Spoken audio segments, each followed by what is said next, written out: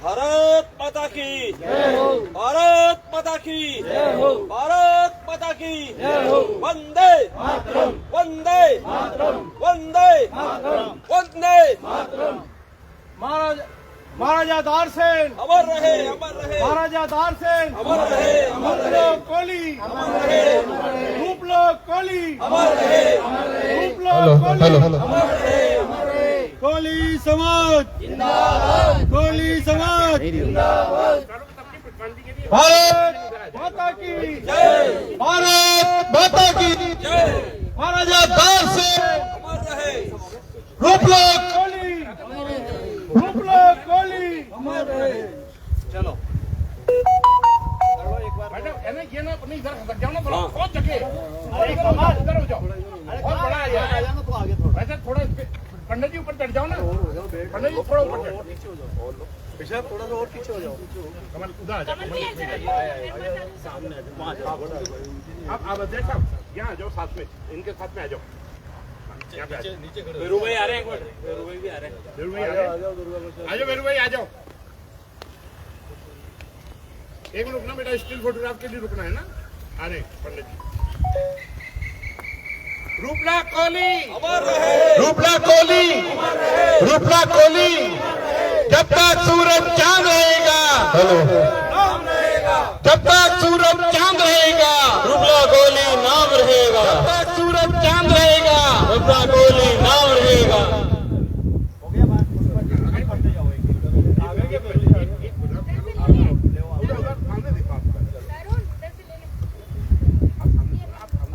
अरे मैं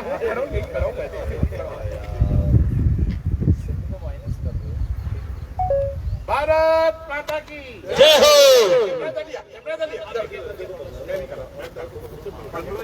अरे एक एक करके इधर आ जाओ, इस दृष्टि से करो मैं एक सब हो जाए।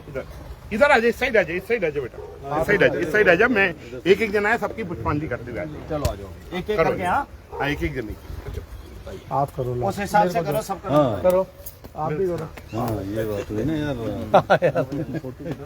आ जाओ। करो आओ। सबकी फोटो खींचियो बेटा।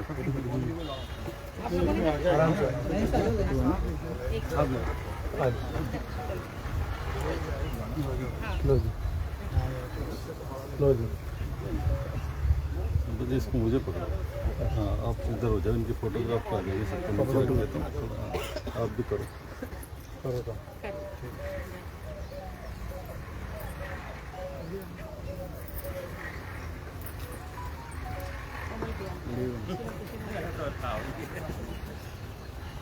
वीडियो बनाओ, इसको दबा दे। नहीं अरे वो खड़ा ही था इसलिए भारत माता की जय हो, भारत माता की जय हो। रूपला कोहली अमर रहे, रूपला कोहली अमर रहे, रूपला कोहली अमर रहे।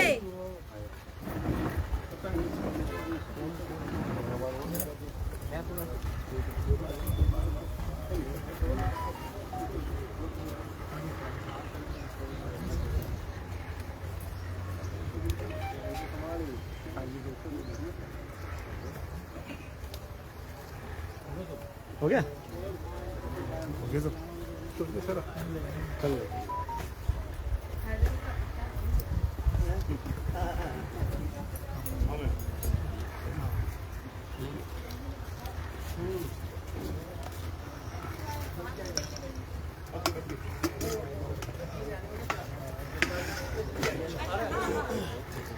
आ जाओ, अरे अध्यक्ष महोदय आ जाओ। आ जाइए।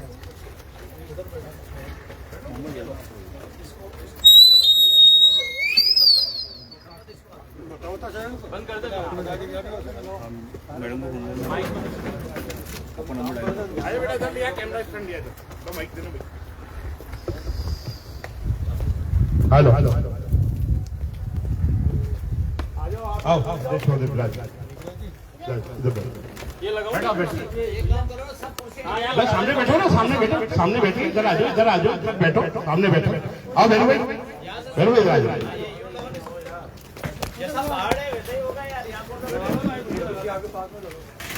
आराम से बैठो। एक एक कुर्सी ले लो और बैठ जाओ। बेटा कुर्सी दिया। थोड़ा दूर दूर बैठो आराम से। आओ बेटा जो आराम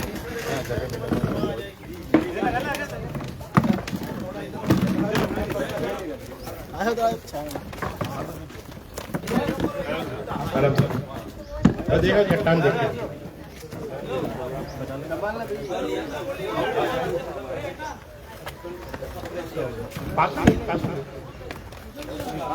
अभी आ जाओ। पीछे ले लेते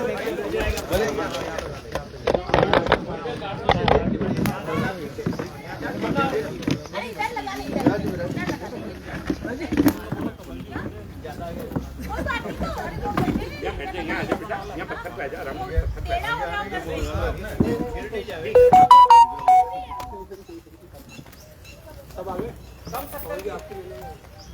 आज हम लोग महाराजा धारचंद के स्मारक पर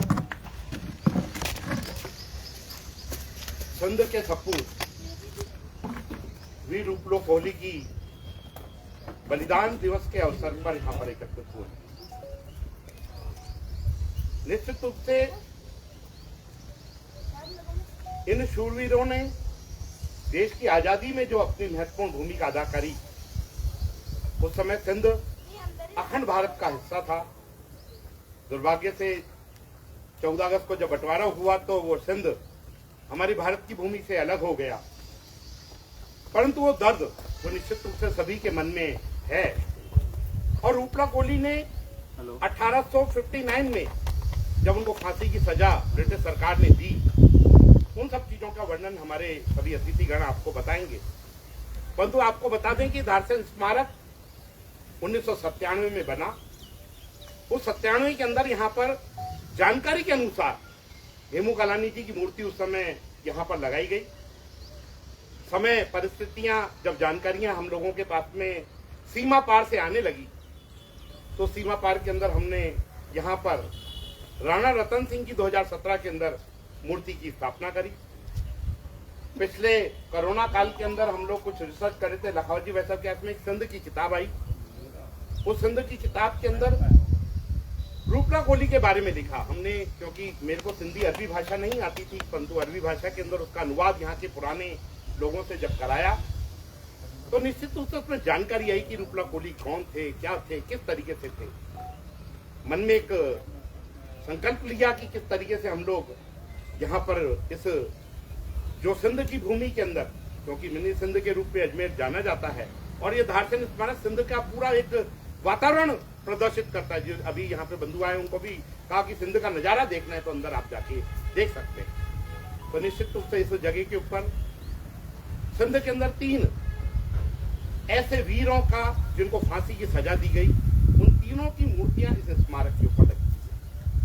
और निश्चित रूप से जब 16 तारीख को पिछले दिनों जब रूपला कोहली जी की यहाँ पर मूर्ति की स्थापना हुई, उस समय डॉक्टर पीएससी लाहड़ा जी, अनीता जी भदेल, समाज के सभी अध्यक्ष महोदय और काफी बंधु यहाँ पर उस समय उपस्थित थे यहाँ पर।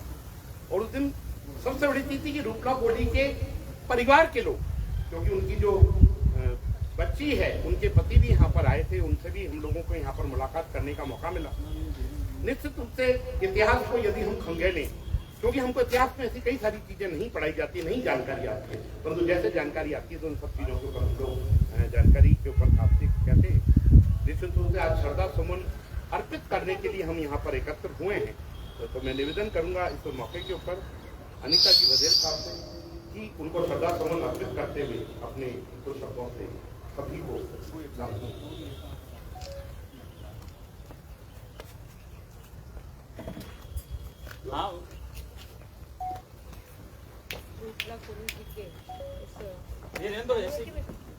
आवाज नहीं आ रही, पीछे देखिए।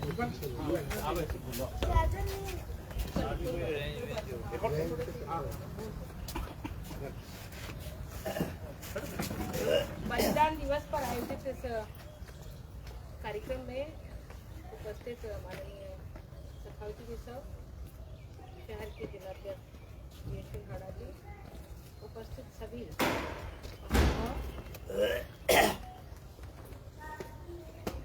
रूपला कोली जी की मूर्ति की स्थापना के बाद का यह पहला प्रथम कार्यक्रम है। अभी कंवर जी ने हम सबको बताया ही है कि किस तरह से सिंध का इतिहास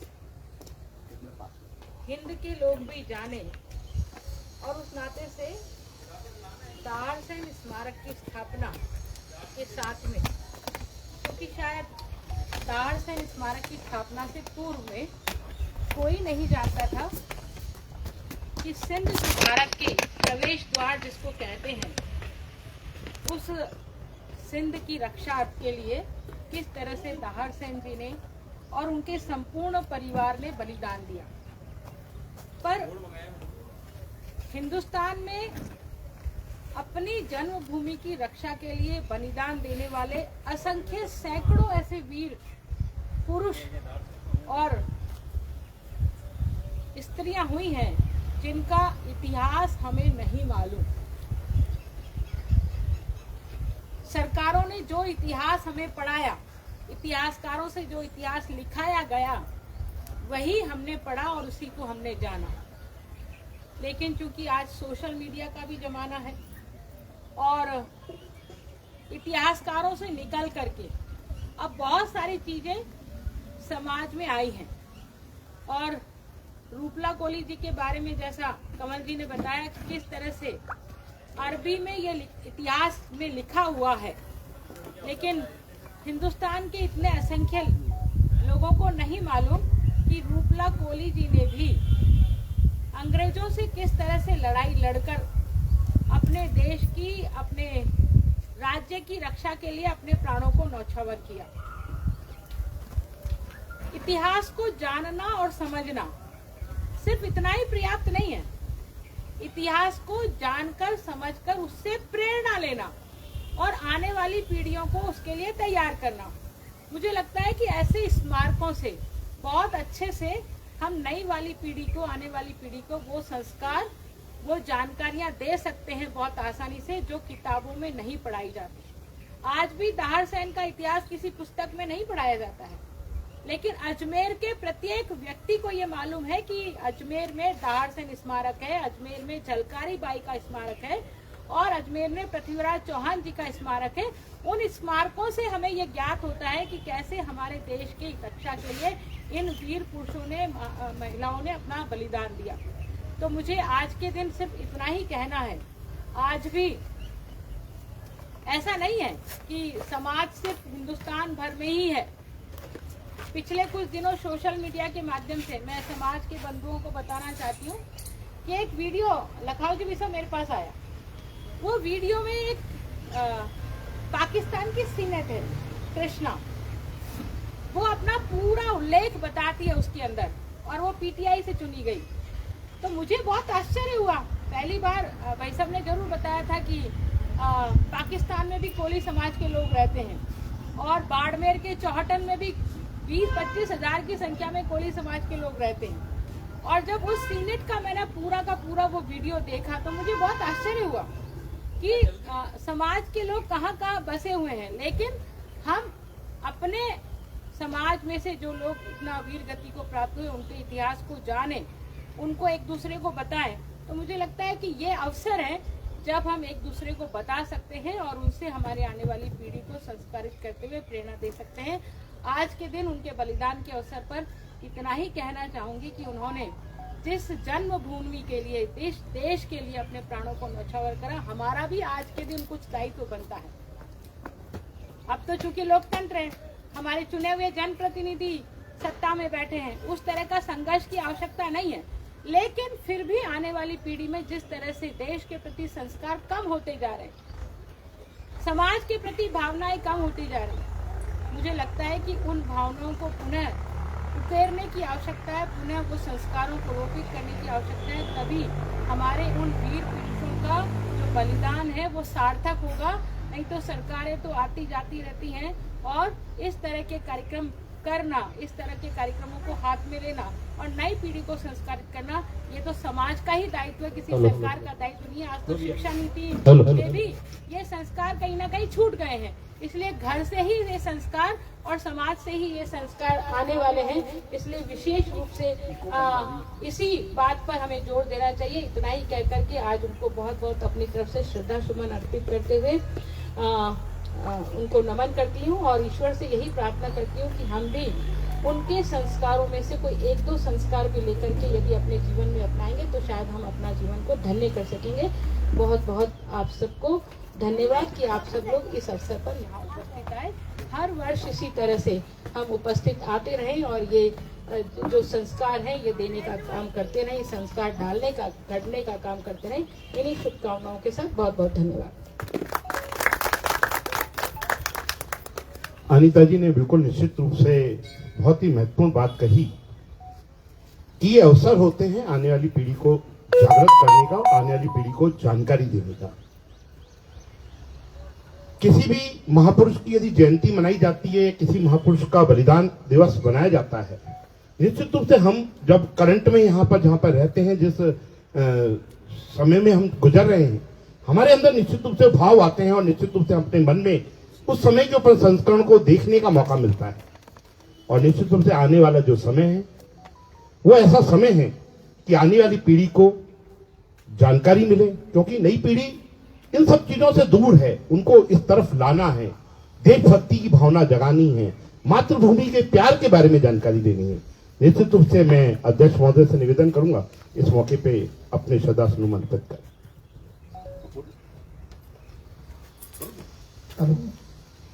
पहले तो मैं सबसे पहले लखावत जी को धन्यवाद दूंगा कि उन्होंने बहुत अच्छी जगह का निर्माण करा है कि हिंदू पति के जो है जिसमें। और दूसरा धन्यवाद ये भी है कि रूपलाल कोहली को पाकिस्तान जब गए उन्होंने इतिहास पढ़ा और इतिहास से जब ये चीज़ें आई तो हमें भी लगा कि समाज का कोई आदमी है जिसने फ्रीडम फाइटर रहे। जैसे उस टाइम सिंध के, हिंदू और सिंध तो अलग अलग हुआ बाद में, पर जब रहा तो बोले हमारे जो पुराने बुजुर्ग लोग हैं जिन्होंने हमने भी पूछा कि बोले हमारे समाज का कोई रूपलाल कोहली नाम का कोई व्यक्ति था क्या।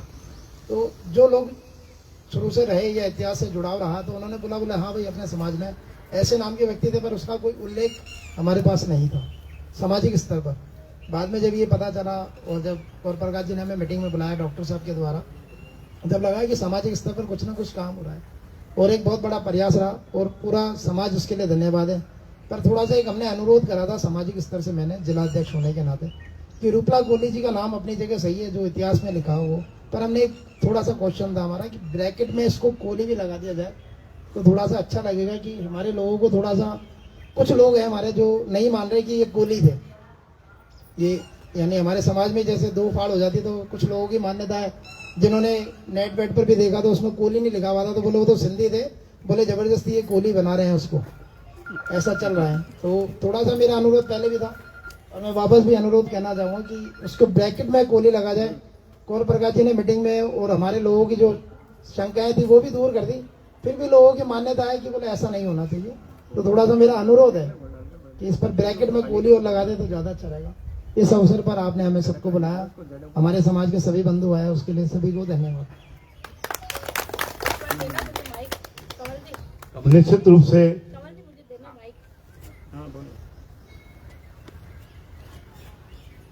लेखराज जी भी सब को मैं वैसे तो व्यक्तिगत भी कह सकती थी ये बात, लेकिन सार्वजनिक रूप से इसलिए कह रही हूँ क्योंकि कुछ चीजें सार्वजनिक हो जाएं तो ज्यादा ठीक होता है।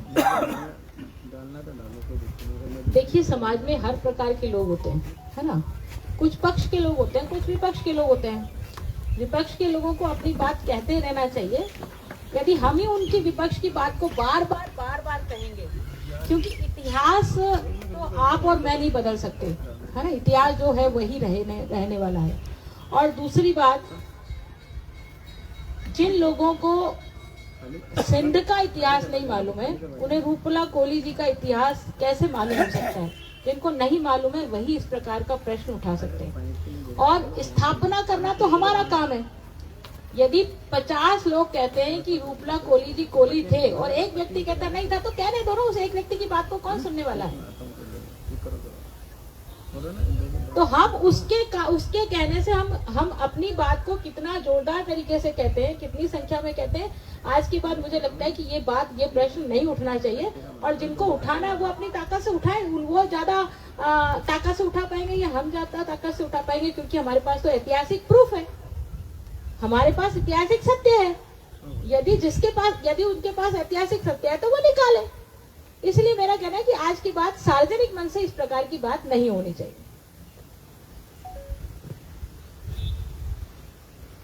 निश्चित रूप से अनीता जी ने जो बात रखी उसके हिसाब से मैं आपको बताऊं, क्योंकि मैं तो बहुत बाद में जुड़ा।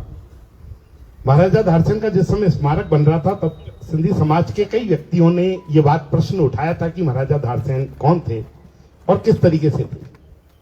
और समय, परिस्थितियां, कालखंड आगे निकलता गया। आज 25 वर्ष इस स्मारक को बने हुए हो गए। अब सिंधी समाज का, अजमेर का कोई व्यक्ति यह नहीं बोल सकता है कि धारचंद कौन थे। और मैं आपको ये बताऊं कि सिंधु सभा के प्रयासों से राजस्थान ही नहीं, देश भर के अंदर, और ये देश भर में नहीं, अमेरिका तक, इंग्लैंड तक इन सब चीजों की बात पहुंची है। और निश्चित रूप से सीमा पार जब बात निकलती है तो निश्चित रूप से सब चीजें पहुंचती है।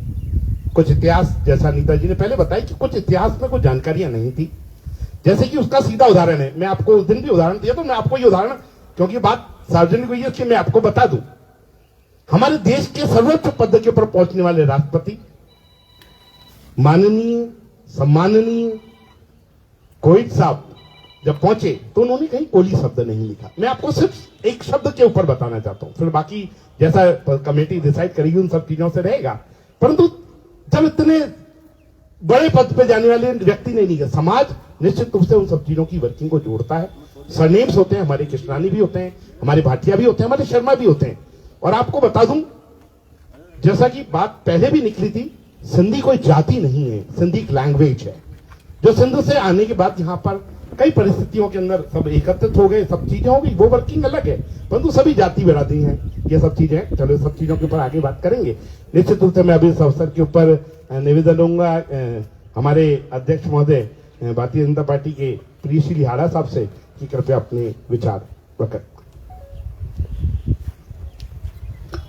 आज इस महान योद्धा के श्रद्धा सुमन अर्पित करने को हम सब यहाँ उपस्थित हुए। हमारे बीच आदरणीय लखावत साहब इस अवसर पर मौजूद हैं। सबसे पहले उनका स्वागत करते हुए मैं आज के इस कार्यक्रम में उपस्थित माननीय अनीता जी, हमारे समाज के लेखराज जी, समाज के सभी वरिष्ठ जन, हमारे कमल प्रकाश जी, संपत जी, तुलसी जी, मोहन जी, और भी सभी उपस्थित सभी लोगों का नाम लूँगा, समय ज़्यादा होगा। मैं मुख्य विषय पर आता हूँ। रूपला कोहली के बारे में जो हम यहाँ उपस्थित है, लगभग तय है कि हम सब जानते हैं कि रूपला कोहली जी का यहाँ पर स्मारक क्यों बनाया गया, कौन थे। अब लगभग 6 महीने से हम सब इस बारे में चर्चा करते आ रहे हैं और हमको सबको जानकारी है। लेखराज जी ने जो अभी सवाल उठाया वो भी अपनी जगह जायज़ है। समाज में विभिन्न लोग होते हैं, जब कोई चीज़ पैदा होती है तो उसकी क्रिया की प्रतिक्रिया होना स्वाभाविक है। क्रिया छोटी सी होती है, प्रतिक्रिया ज़्यादा होती है, लेकिन क्रिया जब ज़्यादा बढ़ती जाती है प्रतिक्रिया कम होती जाती है। ये एक स्वाभाविक प्रक्रिया है। लेकिन एक उदाहरण दूंगा, जब मैं छोटा था, समाज के हमारे पिताजी बहुत अच्छी नेतागिरी करते थे, तो समाज में कोली राजपूत होती थी, सकोली होते थे, दंतुभाई वैश्य होते थे। ये तो अजमेर के उदाहरण दे रहा हूँ जो मैंने सुने और सबको जानता हूँ जो समूह में बटे हुए। लेकिन जैसे जैसे हम जगह चेंज करते हैं, महाराष्ट्र की तरफ जाते हैं तो कोरी हो जाता है, फिर कोड़ी हो जाता है। तो ऐसे बहुत सारे हैं, क्योंकि अलग अलग प्रोनाउंसिएशन होते हैं। प्रोनाउंसिएशन के साथ में भाषा बदलती है और भाषा के साथ में वो लफ्ज और पीछे का जो अक्षर होता है वो भी बदलता जाता है। और जब हम वापस अपने मुख्य धारा में लौटते हैं तो हमें भी उसका प्रोनाउंसिएशन चेंज हो जाता है। तो हम इन चीज़ों को ना उलझते हुए, क्योंकि बीच में जब अपने महारानी जलकारी बाई का भी स्मारक जब वहाँ बना था, अनीता जी उपस्थित थी, विभिन्न प्रतिक्रिया आई थी कि इतनी दूर क्यों। अरे कोई भी है, महापुरुष है, खाली अपने समाज तक सीमित रखोगे क्या? उसकी जानकारी सबको होनी चाहिए, पूरे शहर को, पूरे देश को, पूरे विदेश को होनी चाहिए। तो इन्हीं भावना को लेते हुए अनीता जी ने उस स्मारक की और माननीय लखावत जी और हम सभी ने उस स्मारक की स्थापना जलकारी बाई की पंचशील में करी गई थी। नहीं तो चाहते तो वहाँ धोलावाटा है, गुलाबबाड़ी, यहाँ और भी कई जगह मिल जाती, लेकिन जो भव्यता और जो उस मूर्ति की और उस स्थान की वो तहसील में जो दिखाई दी वो शायद और कहीं नहीं दिखाई दी होगी। मैं अपने आप को सौभाग्यशाली मानता हूँ कि जब मैं पार्षद था 1995 और 2000 के बीच में माननीय लखावत जी भाई साहब UIT के सदर थे, आपने बहुत अच्छे अच्छे काम इस शहर को दिए और ऐसी ऐसी सौगातें दी कि ये सिंधुपति का जो स्मारक है शायद पता नहीं लगता। और अभी हमारे बीच में 3 मूर्तियों की और ऐसे महापुरुषों की स्थापना हो चुकी है। संभवतः और भी जानकारी आएगी भविष्य में तो और भी इस स्थान पर स्थापना होगी। मैं कंवल जी को, माननीय लखावत जी को और हमारे बीच संपत भी बैठे हैं, संपत जी ने भी हमारे झलकारी भाई स्मारक की स्थापना कराने में पूरा सहयोग दिया था। हालांकि मैं भी ट्रस्टी था लेकिन आपने ज्यादा सहयोग दिया था। मैं आप सभी का इस अवसर पर बहुत बहुत आभार प्रकट करता हूं। धन्यवाद।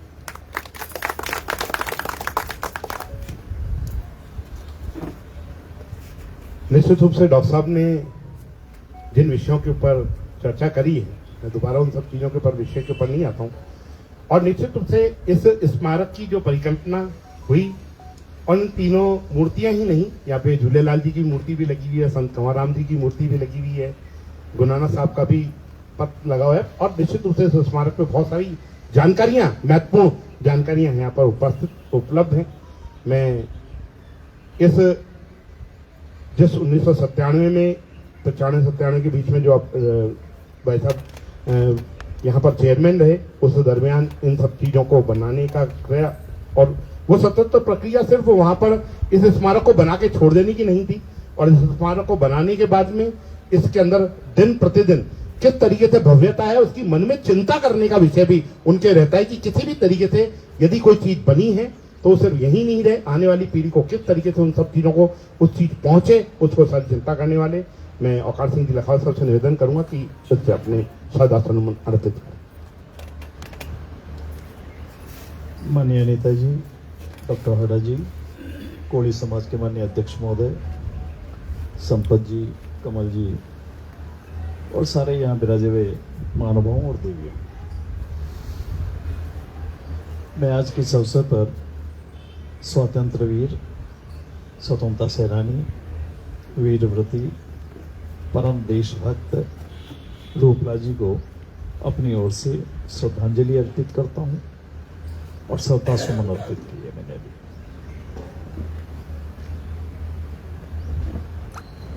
ये जो माननीय अध्यक्ष महोदय ने जो बात कही, अगर ये नहीं कहते तो मेरे को ऐसा लगता है कि अजमेर शहर इतना जल्दी बदल कैसे गया। अध्यक्ष जी आप निश्चिंत रहिए, अजमेर शहर में रहने वाला एक भी व्यक्ति अजमेर शहर का नहीं है, बाहर से आए थे। चौहानों ने अपनी रक्षा की दृष्टि से गढ़ बीटली, तारागढ़ का निर्माण कराया। अजयपाल जी ने आकर अजमेर शहर को बसाया। धीरे धीरे तारागढ़ की तलहटी में आते गए लोग, बसते गए। परंतु तो मूलतः कोई कह दे कि यह आदमी अजमेरू के बसने से पहले से यहीं रहता था, ऐसा नहीं है। इसलिए जब कभी ख्वाजा साहब को यहाँ आकर के और यहाँ रहे, उनके बेटे पोते ये सब कुछ आए करे, तो ख्वाजा साहब भी बाहर से ही आए थे, यहाँ के नहीं थे। इसलिए आप एक बात मान करके चलें, वो जीवित समाज है। आदमी जीवितता का प्रमाण देने के लिए इस तरह के तर्क देते रहते हैं। अगर नहीं देंगे तो कौन कहेगा कि आदमी है। आपको तो इतना ही कहा मैंने, तो दाहिर सेन होगा कि डाहिर सेन होगा कि राजा दाहिर होगा, उनका दाहिर सेन से लेना देना नहीं था। औकार सिंह लखावत क्योंकि इस स्मारक को बनाने में इन्वॉल्व है, इसलिए इसको कुछ न कुछ टीका टिप्पणी करनी है, ये स्वभाव है। अभी भी अपन बीसलपुर का पानी पीते हैं, अजमेर शहर का पानी नहीं पीते ना। इस शहर का विविधता वाले लोग हैं, अलग अलग लोग हैं, अलग अलग जगह से आके बसे हुए लोग हैं। कुछ रेलवे के कारण आकर बस गए, कुछ पढ़ाई लिखाई के कारण यहाँ बस गए। ओरिजिनली अजमेर जो है वो बहुत बाद में से उसमें से निकला हुआ है। और इसलिए आप तो ये बात कह रहे हो, मैं आपको आज ईमानदारी से बता रहा हूँ, हमारे पास तो 4 कार्यकर्ता भी कोली समाज के नहीं थे। मैं मेरे कालखंड की बात कर रहा हूँ, पुरानी बातें नहीं करता आपसे। पर हम जानते थे ये बहुतायत वाला समाज है, ये श्रमजीवी समाज है, मेहनत करके कमा के खाने वाला समाज है। इस समाज को अलग थलग नहीं रख सकते यदि किसी को सामाजिक क्षेत्र में काम करना है तो। हम तो जाते थे, एक तो मांगीलाल जी से नमस्ते होती थी,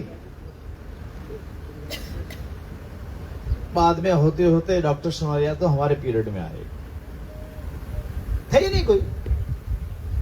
नाथू सिंह जी तंवर को एक बार यहां नगर परिषद का अध्यक्ष बनाया, वो कोई बीजेपी में नहीं थे।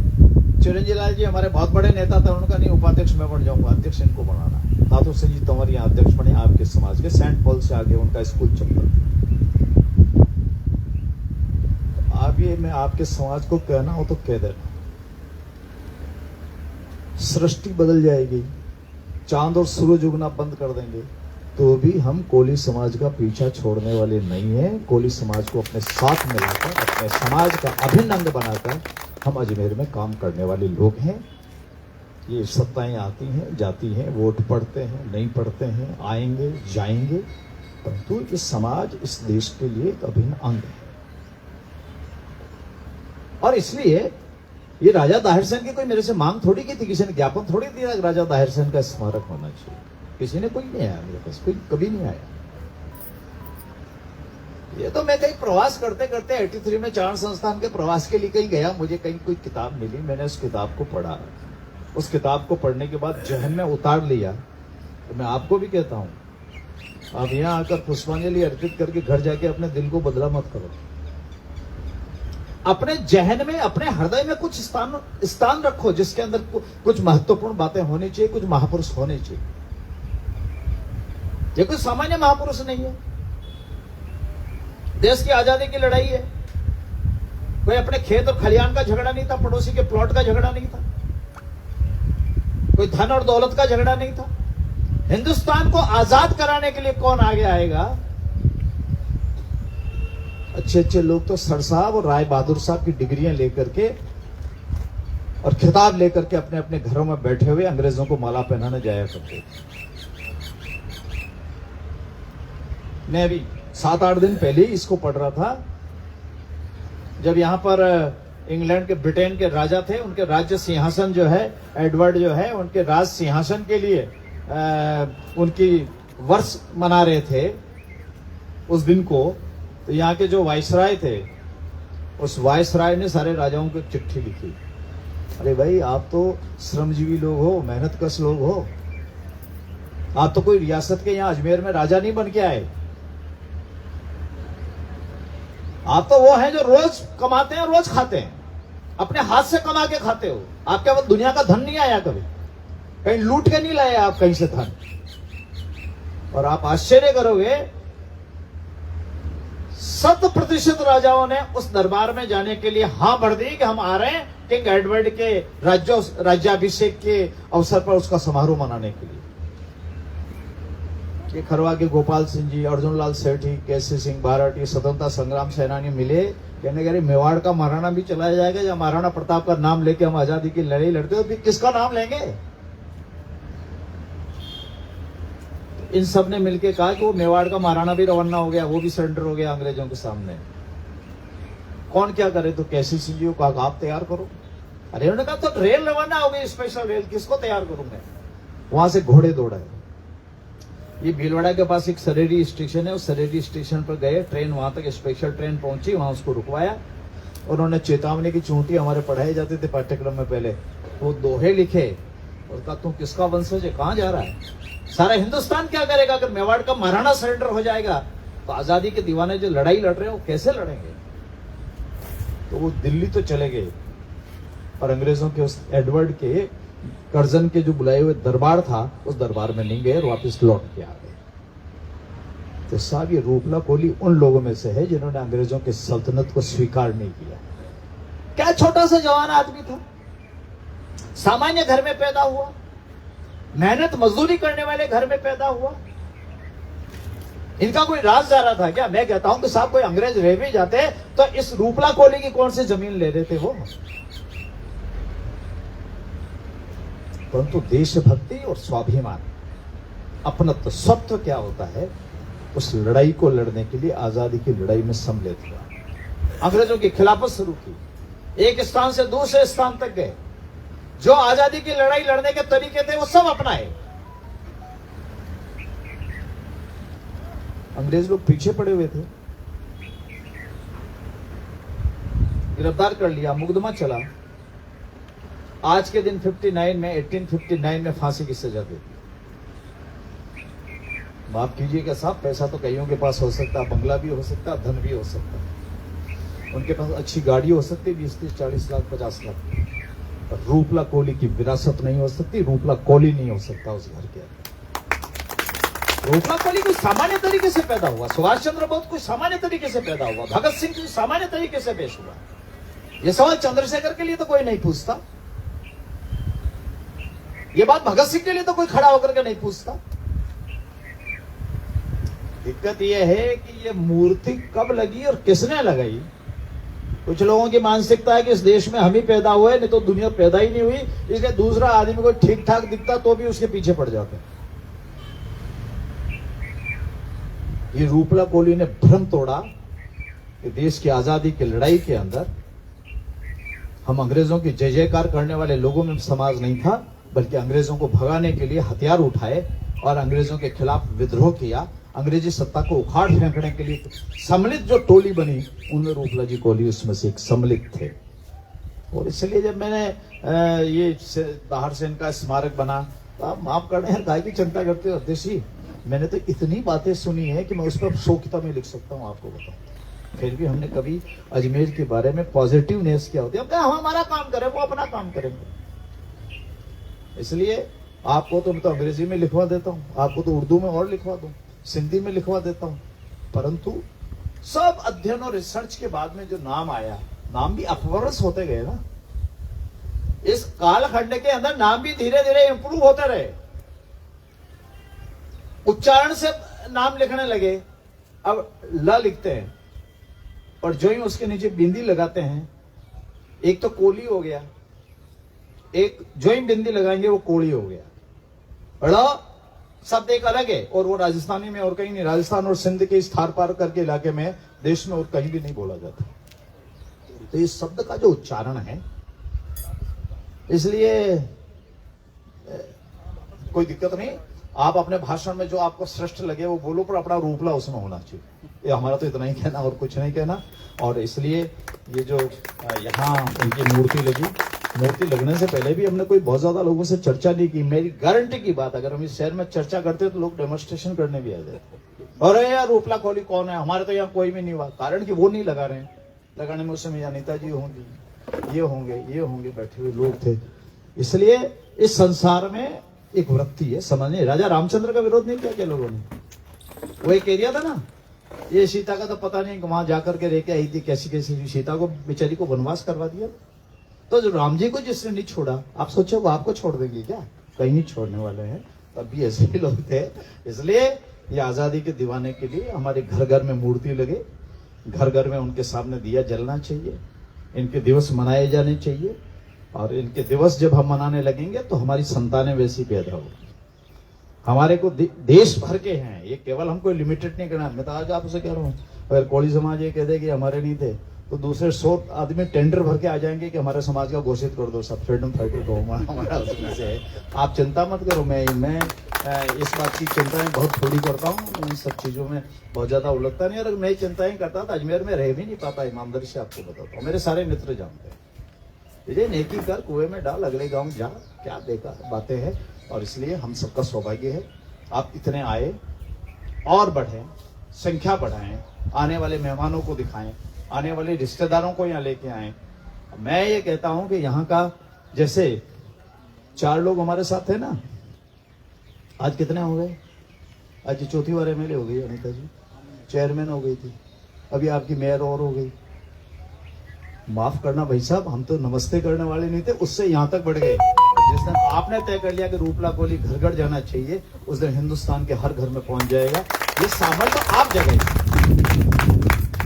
और आप जो आगे लिख करके भेजो, आपकी मर्जियों से लिख देना ना, हमें क्या एतराज है। कोई इसमें परेशान होने की जरूरत नहीं, आपकी मर्जी हो जो बोल देना, अपना अपना ये रूपला होना चाहिए जी, सीधी सी बात ये। कोई दूसरा और रूपला लाके मत बैठा देना, बस ये बात इतनी है और कोई झंझट नहीं है ज्यादा। और इसलिए मैं अपनी ओर से श्रद्धांजलि अर्पित करता हूँ और आप सबसे अपील करता हूँ, बच्चे बच्चे तक अपनी स्कूलों से, अपने विद्यालय से अपने छात्रों को ला करके दिखाइए, आज की पीढ़ी को दिखाइए, बहनों को ला करके दिखाइए, अधिक से अधिक जो लिखता है वो लिखाइए और इसके ऊपर आप लोग सक्रियता से लगें। और कुछ कान में बातें सब सुनने की आवश्यक नहीं जी, इस कान से सुनो उस कान से निकाल दो, एक कहावत है ना अपने यहाँ, तो कुछ बातें इधर सुन लिया करो, उधर निकाल दिया करो। इतनी बातें इकट्ठी करोगे तो क्या करोगे यार, कहाँ स्टोरेज है आपके इसके अंदर, सबके अंदर। बहुत बहुत आपको सबको धन्यवाद। मैं उम्मीद करता हूँ आप सब आए, हर बार आते रहे। बहुत बहुत धन्यवाद। जय भारत।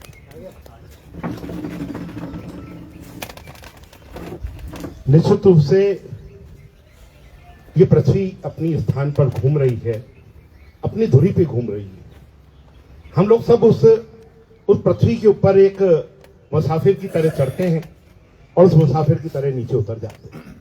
परंतु अपने समय, अपनी परिस्थितियां, अपने जो आपको दायित्व मिले हैं, उस समय के ऊपर रहते हुए आप क्या कर पाते हैं, उसके बाद निश्चित रूप से ये तय हो पाता है।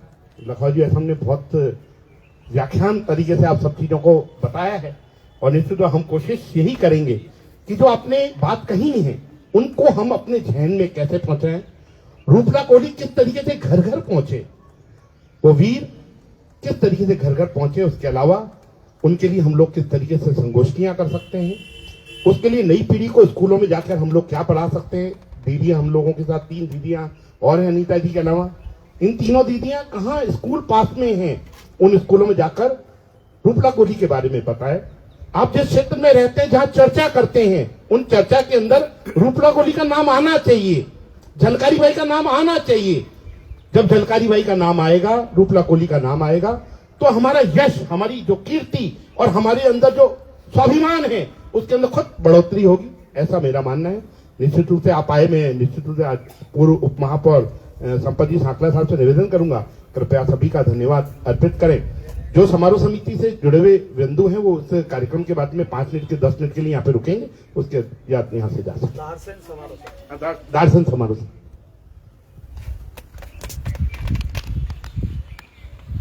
आज 21 अगस्त रूपला कोहली जी के बलिदान दिवस के अवसर पर धारसेन स्मारक पर आप सभी लोग मंचस्थ अतिथि, हम सबके प्रेरणा के स्रोत आदरणीय लखाव साहब, भारतीय जनता पार्टी के जिलाध्यक्ष आदरणीय डॉक्टर प्रियशील हाड़ा जी, अजमेर की लोकप्रिय विधायक पूर्व मंत्री राजस्थान सरकार आदरणीय अनीता जी बघेल, हमारे कोली समाज के जिलाध्यक्ष भाई लेखराज जी, सम उपस्थित कौल प्रकाश जी, आप सभी का इस समारोह समिति धारसेन की ओर से और इस रूपला कोहली के बलिदान दिवस के अवसर पर आप यहाँ पधारे, मैं आप सबको बहुत बहुत साधुवाद, धन्यवाद, आभार प्रकट करता हूँ। और मैं चाहता हूँ कि ये धारसेन स्मारक पर हम लोग आते हैं, 25वां लगभग ये वर्ष हो चुका है और आज़ादी के अमृत महोत्सव के अवसर पर हम लोग यहाँ आए हैं श्रद्धा सुमन अर्पित करने। परंतु यहाँ आने के बाद में हमें ऐसा महसूस होता है कि हम कभी सिंध के जो हमारा अधूरा सपना है अखंड भारत का, इस स्मारक को यदि हम पूरा देखें तो हमें ऐसा लगता है कि कुछ साथी हमारे, कुछ बंधु, कुछ भाई बंद हमारे जो उस सीमा पार पर रह गए हैं, यदि इस स्मारक पर हम आते हैं तो हमें एक अभिभूति महसूस होती है कि लगता है कि कुछ सीमा पार लोग, हमारे मित्र, हमारे भाई बंद, समाज बंधु वहां रह गए थे, उनको यहाँ आने से हमारे को प्रेरणा मिलती है, ऊर्जा मिलती है। इस प्रकार के इस स्मारक पर आने से हमारी ऊर्जा शक्ति बढ़ती है, हमारा स्वाभिमान जगता है। ऐसे स्मारक पर आने से भी हम अपने आप को अभिभूत महसूस करते हैं। और आपको भी निवेदन करूंगा कि जितनी भी मूर्तियां हैं जिनके बलिदान दिवस या चाहे उनके जन्म शताब्दी या जन्म जयंती हो, एक बार आकर के उस दिन आकर के यदि आप सभी लोग इस स्मारक पे आकर अपनी श्रद्धा सुमन अर्पित करेंगे तो बहुत अच्छा लगेगा। और मैं निवेदन करना चाहूंगा कि रूपला कोहली की जो 1859 के अंदर जो बलिदान हुआ था उसको केवल मात्र कोहली समाज तक सीमित नहीं रहने दें, जन जन का मानस बनने दें, जन जन का हीरो रहने दें। आपके समाज के अंदर उसने जरूर जन्म लिया होगा, वो दीपक जरूर वो आपके समाज के रूप में एक प्रज्वलित हुआ होगा, परंतु मैं कह सकता हूँ इसका जो प्रकाश है ये रोशन है, ये रोशनी समस्त भारतवर्ष के अंदर रहनी चाहिए। ऐसा हम आज यहाँ से प्रतिज्ञा लेकर के जाएंगे, संकल्प लेकर जाएंगे। आने वाले समय के अंदर, आने वाले दिवस के अंदर हम रूपलोक होली को जनमानस तक पहुंचाने का संकल्प लेकर के आज यहाँ से जाएंगे। जय भारत, जय हिंद। भारत माता की जय हो।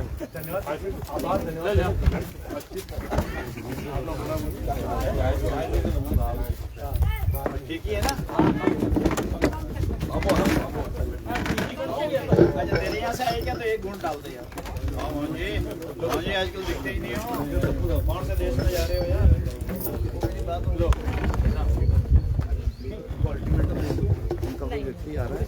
वो अगले महीने बराबर ही है, मिट्टी से नहीं रहा। लो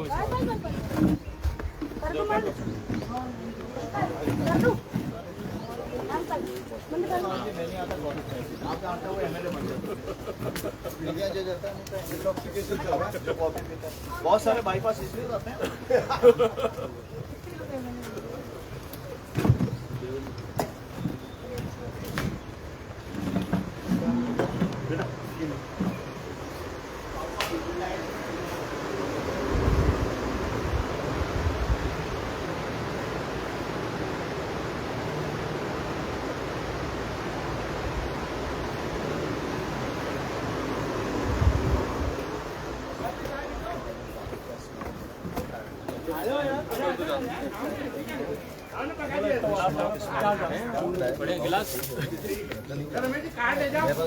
ले ये सर को दियो, तो काम हो तो पता है मेरे बुलेटिन समारोह आया तो उन्होंने किस्सा सुनाया घर से बहुत अच्छा है। राजा दायर में वहां से मोटन जी कहने कि मैं भी गया था विरोध करने। हमको जगह कौन सा है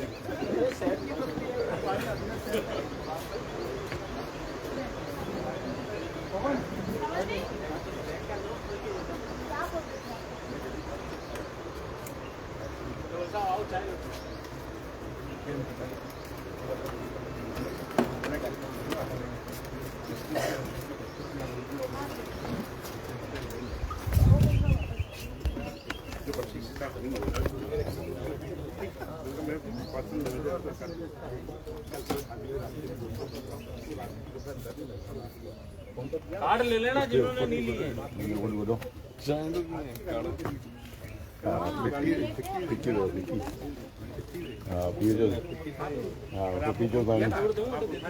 मुझे फोटो करो थे मैं बात करा रहा हूँ, मेरे फोन आपके साथ 6 बजे करीब 5:30 आप किसी गाड़ी में थे, आप गाड़ी में जब मैं बात कर रही मैडम बात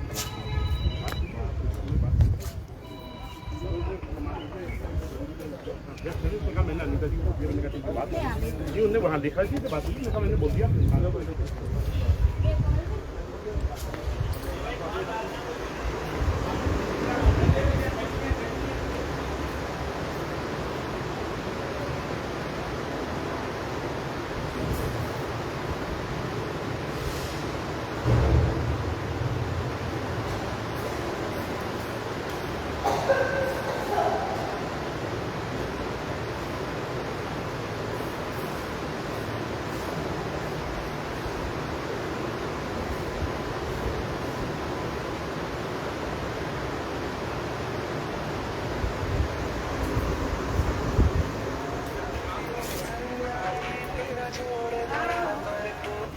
दे दो उनके दे दो, ये ले लो पन्ना नहीं हो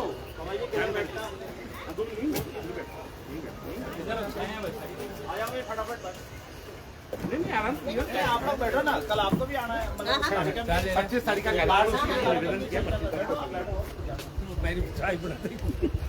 आ जाओ